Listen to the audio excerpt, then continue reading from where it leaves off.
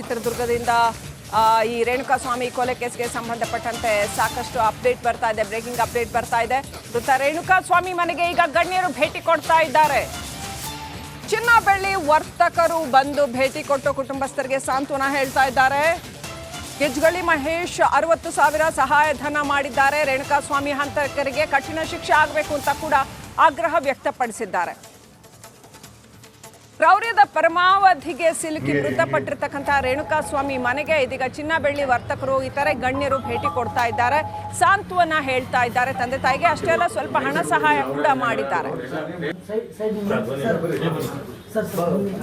ಒಂದ್ ಕಡೆ ಪ್ರಕರಣದ ತನಿಖೆ ಬಹಳ ತ್ವರಿತವಾಗಿ ನಡೀತಾ ಇದೆ, ಕ್ಷಣಕ್ಕೊಂದು ಅಪ್ಡೇಟ್ ಬರ್ತಾ ಇದೆ. ಕೆಲವೇ ದಿನಗಳಲ್ಲಿ ಎಲ್ಲ ಸಾಕ್ಷ್ಯ ಸಂಗ್ರಹ ಮಾಡುವಂತ ಪ್ರಯತ್ನ ನಡೀತಾ ಇದೆ. ಬಹಳ ಕ್ವಿಕ್ ಅಪ್ಡೇಟ್ ಸಿಗ್ತಾ ಇದೆ ಈ ಒಂದು ಪ್ರಕರಣದಲ್ಲಿ. ಮತ್ತೊಂದು ಕಡೆ ಗಣ್ಯರು ಭೇಟಿ ಕೊಡ್ತಾ ಇದ್ದಾರೆ ರೇಣುಕಾಸ್ವಾಮಿ ಮನೆಗೆ. ಇನ್ನೊಂದು ಕಡೆ ಇದೇ ಚಿತ್ರದುರ್ಗದಲ್ಲಿ ಆರೋಪಿ ಅನು ಅವರ ತಂದೆ ಮೃತಪಟ್ಟಿದ್ದಾರೆ. ನಿನ್ನೆ ಅನು ಅವರು ಅರೆಸ್ಟ್ ಆದ್ರು ಅನ್ನೋ ಸುದ್ದಿ ಕೇಳಿ ನನ್ನ ಮಗ ಇನ್ನೋಸೆಂಟು, ಆತ ಏನು ತಪ್ಪು ಮಾಡಿಲ್ಲ ಅಂತ ಬೆಳಗ್ಗೆಯಿಂದ ಹೇಳ್ತಾ ಇದ್ರು. ರಿಪಬ್ಲಿಕ್ ಕನ್ನಡಕ್ಕೂ ಕೂಡ ಮಾತನಾಡಿದ್ರು. ಆದ್ರೆ ಸಂಜೆ ವೇಳೆಗೆ ಹೃದಯಾಘಾತದಿಂದಾಗಿ ಅನು ಮೃತಪಟ್ಟರು. ಈ ಅನು ಅವರನ್ನ ಈಗ ಅವರ ತಂದೆಯ ಅಂತ್ಯ ಸಂಸ್ಕಾರಕ್ಕೆ ಕರೆಸಬೇಕು ಅಂತ ಕುಟುಂಬಸ್ಥರು ಪಟ್ಟು ಹಿಡಿದಿದ್ದಾರೆ. ಹಾಗಾಗಿ ಅನು ಅವರನ್ನ ಪೊಲೀಸರು ಕರ್ಕೊಂಡು ಹೋಗ್ತಾ ಇದ್ದಾರೆ.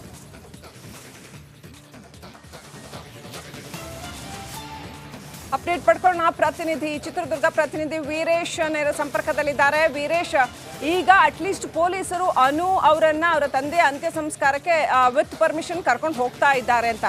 ಆದ್ರೆ ಆ ಶೋಕ ಇದೆಯಲ್ಲ, ಕುಟುಂಬದ ಶೋಕ, ಈಗಾಗಿರೋ ಅನಾಹುತನ ಯಾರೂ ರಿಪ್ಲೇಸ್ ಮಾಡಕ್ ಸಾಧ್ಯ ಇಲ್ಲ, ಯಾರೂ ಅದನ್ನ ಯಾವುದೇ ತರದಲ್ಲೂ ಅದನ್ನ ಕಾಂಪನ್ಸೇಟ್ ಮಾಡಕ್ ಸಾಧ್ಯ ಇಲ್ಲ ಅಲ್ವಾ ವೀರೇಶ್? ಏನಿದೆ ಪರಿಸ್ಥಿತಿ ವೀರೇಶ್?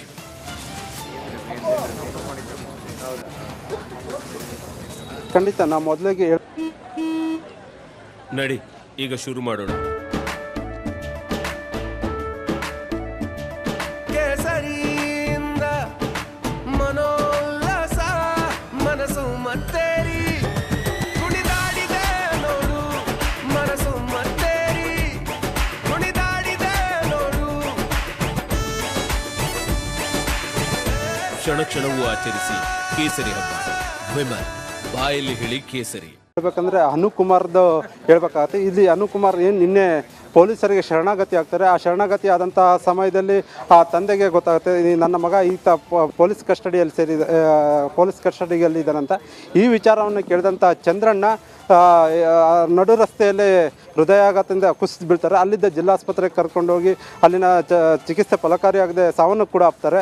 ಈ ಹಿನ್ನೆಲೆಯಲ್ಲಿ ಕುಟುಂಬಸ್ಥರು ಏನಂದರೆ ಅನು ಈಗ ಪೊಲೀಸ್ ಕಸ್ಟಡಿಯಲ್ಲಿ ಇರೋದ್ರಿಂದ ಅನು ಬರೋವರೆಗೂ ನಾವು ಯಾವುದೇ ಕಾರಣಕ್ಕೆ ನಾವು ಅಂತ್ಯ ಸಂಸ್ಕಾರ ಮಾಡಲ್ಲ ಅಂತ ಹೇಳ್ಬಿಟ್ಟು ಪಟ್ಟಿಡಿದ್ರು. ಯಾಕಂದರೆ ಲಾಸ್ಟ್ ಚಂದ್ರಣ್ಣಗೆ ಮತ್ತು ಜಯಮ್ಮ ಅವರ ಲಾಸ್ಟ್ನೇ ಪುತ್ರ ಅನು ಆಗಿರ್ತಾನೆ. ಈ ಹಿನ್ನೆಲೆಯಲ್ಲಿ ಈಗ ಸಾಕಷ್ಟು ಅಲ್ಲಿ ಇದರ ಸಂಬಂಧಪಟ್ಟಂಗೆ ಬೆಂಗಳೂರಿಂದ ಆಗಾಗಲೇ ಪೊಲೀಸರು ಕೂಡ ಅವ್ರನ್ನ ಅನುನ ಕರ್ಕೊಂಡು ಬರ್ತಿದ್ದಾರೆ ಅಂತಲೇ ಹೇಳ್ಬೋದು. ಈಗ ನಾವು ಎರಡನೇದಾಗಿ ಈಗ ರೇಣುಕಾ ಮನೆ ಹತ್ರ ಇದ್ವಿ. ರೇಣುಕಾ ಸ್ವಾಮಿ ಸಾವನ್ನು ಅಪ್ಪಿದ ಹಿನ್ನೆಲೆ ಇವತ್ತಿಗೆ 1 ವಾರ ಇದೆ. 1 ವಾರ ಆದರೂ ಕೂಡ ಯಾರೂ ಕೂಡ ರೇಣು ಫ್ಯಾಮಿಲಿಗೆ ಯಾವುದೇ ರೀತಿಯಾದ ಸಹಾಯ ಚಾಚಿಲ್ಲ. ಸರ್ಕಾರ ಆಗಿರ್ಬೋದು, ಗಣ್ಯರಾಗಿರ್ಬೋದು ಅಂತೇಳ್ಬಿಟ್ಟು ಮೈಸೂರಿನ ಚಾಮುಂಡೇಶ್ವರಿ BJP ತಾಲೂಕು ಅಧ್ಯಕ್ಷ ಗಜ್ಜಗಾಳಿ ಅವರು ಮತ್ತು ಅವರ ಜೊತೆಗೆ ಬಂಗಾರ ಮತ್ತು ಬೆಳ್ಳಿ ವರ್ತಕರು ಕೂಡ ಇದ್ದಾರೆ. ಅವ್ರನ್ನ ಕೂಡ ಮಾತಾಡ್ಸ್ತವನ. ಸರ್, ಏನಂದರೆ ಇವತ್ತು ನೀವು ಮೈಸೂರಿಂದ ಇಲ್ಲಿಗೆ ಬರ್ಲಿಕ್ಕೆ ಕಾರಣ ಏನು ಸರ್? ಸರ್, ನಾವು ಟಿ ವಿಗಳಲ್ಲಿ ನೋಡಿದಾಗ ಅವರ ತಂದೆ ತಾಯಿ ಪರಿಸ್ಥಿತಿ ತುಂಬ ಸಂಕಟವಾಗಿತ್ತಲ್ಲ, ನಮಗೆ ಅದನ್ನು ನೋಡಿ ತುಂಬ ಅನುಕಂಪ ಬಂತು. ಅವ್ರಿಗೆ ನಾವು ನೋಡ್ದಂಗೆ ಯಾರೂ ಹಣದ ಸಹಾಯ ಆರ್ಥಿಕ ಸಹಾಯ ಮಾಡ್ತಾ ಇರೋದು ಯಾವುದೂ ಕಾಣಲಿಲ್ಲ. ನಾವೇನೋ ಒಂದು ಮಾಡೋಣ ಅಂತ ಹೇಳಿ ನಾವೆಲ್ಲ ಒಂದು ತೀರ್ಮಾನ ಮಾಡಿಕೊಂಡು ನಮ್ಮಿಂದನೇ ಅದು ಪ್ರೇರಣೆ ಆಗಲಿ ಎಲ್ಲರಿಗೂ ಅಂತ ಹೇಳಿ ಅವ್ರಿಗೊಂದು ಸಹಾಯ ಮಾಡಿ ಸಾಂತ್ವನ. ಅದೇ ರೀತಿ ಗಜ್ಜಗಾಳಿ ಮಹೇಶ್ ಅವರು ಇದ್ದಾರೆ, ಚಾಮುಂಡೇಶ್ವರಿ ಕ್ಷೇತ್ರದ BJP ತಾಲೂಕು ಅಧ್ಯಕ್ಷ. ಸರ್, ಇವತ್ತು ಮೈಸೂರಿಂದ ಬರ್ಲಿಕ್ಕೆ ಕಾರಣ ಮತ್ತು ಈಗ ಅವ್ರ ಫ್ಯಾಮಿಲಿಯವರ ನೀವು ನೋಡಿದ್ರಿ, ಈಗ ಸುಮಾರು ಹೊತ್ತು ಮಾತಾಡಿದ್ರಿ, ಅವ್ರ ಪರಿಸ್ಥಿತಿ ಹೇಗಿದೆ? ಅವ್ರು ನೋಡಿದ್ರೆ ಮನಸ್ಸಿಗೆ ತುಂಬ ಬೇಜಾರಾಯಿತು. ಯಾಕಂದರೆ ಒಬ್ಬ ತಂದೆ ಮಗನನ್ನು ಕಳ್ಕೊಳ್ಳೋದು ಯಾರೂ ಸಹಿಸ್ಕೊಳ್ಳೋ ಅಂಥದ್ದು ಅಲ್ಲ. ಅವ್ರ ತಂದೆಯ ನೋವು ನೋಡಿದಾಗ ನಮಗೆ ತುಂಬ ನೋವಾಯಿತು. ನಾವು ಈ ಸಂದರ್ಭದಲ್ಲಿ ಅವರಿಗೆ ಆತ್ಮಸ್ಥೈರ್ಯವನ್ನು ತುಂಬೋದು ಅಷ್ಟೇ. ನಾವು ಹಣಕಾಸು ನೆರವು ಕೊಡೋದು ಒಂದು ಕಡೆ ಆದರೆ ಅವ್ರಿಗೆ ಒಂದು ಸಾಂತ್ವನವನ್ನು ಹೇಳಿ ಆ ಸಣ್ಣ ತುಂಬು ಗರ್ಭಿಣಿ ಆ ಹುಡುಗಿಗೆ ಒಂದು ಧೈರ್ಯವನ್ನು ತುಂಬುವಂಥ ನಾವೆಲ್ಲರೂ ನಿಮ್ಮ ಜೊತೆಗಿದ್ದೀವಿ ಅನ್ನೋದು ಒಂದು ಧೈರ್ಯವನ್ನು ತುಂಬುವಂಥ ಕೆಲಸವನ್ನು ನಮ್ಮ ಕಡೆಯಿಂದ ನಾವು ಮಾಡಿದ್ದೀವಿ.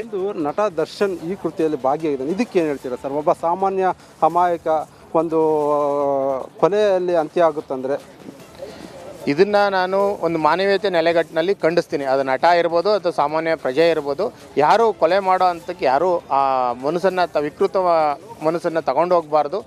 ಅದಕ್ಕೆ ಆದಂಥ ಒಂದು ಕಾನೂನು ಪರಿಧಿಗಳಿದೆ, ಅದಕ್ಕೆ ಆದಂಥ ಒಂದು ಕಾನೂನು ವ್ಯವಸ್ಥೆ ಇದೆ. ಅದನ್ನು ನಾವು ಉಪಯೋಗಿಸ್ಕೊ ಬರ್ತೇವೆ ಹೊರತು ನಾವು ಕಾನೂನನ್ನು ನಾವು ಕೈಗೆ ತಗೊಳ್ಳೋ ಅಂಥದ್ದು ಖಂಡಿತವಾಗಿ ನಾನು ಖಂಡಿಸ್ತೀನಿ. ಅದನ್ನು ನೋಡಿದ್ರಲ್ಲ ಶ್ರೀಲಕ್ಷ್ಮಿ, ಅಂದರೆ ರೇಣು ಸ್ವಾಮಿಯ ಏನು ಫ್ಯಾಮಿಲಿ ಇತ್ತು, ಆ ಫ್ಯಾಮಿಲಿಗೆ ಇಲ್ಲಿ ತನಕ ಸರ್ಕಾರ ಆಗಿರ್ಬೋದು ಯಾವುದೇ ರೀತಿಯಾದ ನಾವು ಕೂಡ ಕಳೆದ ಒಂದು ವಾರದಿಂದ ಟಿ ವಿ ಮತ್ತು ಪತ್ರಿಕೆಯಲ್ಲಿ ನೋಡ್ತಾ ಇದ್ವಿ. ಇವತ್ತು ಮೈಸೂರಿನಿಂದ ಬಂದು ರೇಣು ಸ್ವಾಮಿಯ ಫ್ಯಾಮಿಲಿಗೆ ನಮ್ಮ ಕೈಲಾದಂಥ ಸಹಾಯವನ್ನು ಮಾಡ್ತೀವಿ.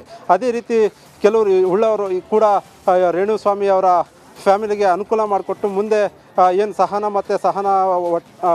ಏನು ಗರ್ಭದಲ್ಲಿರುವ ಮುಂದಿನ ಮಗುಗೆ ಭವಿಷ್ಯಕ್ಕೆ ಅನುಕೂಲ ಆಗಲಿ ಅಂತ ಹೇಳ್ಬಿಟ್ಟು ಅವರ ಒಂದು ಮಾತಾಗಿದೆ.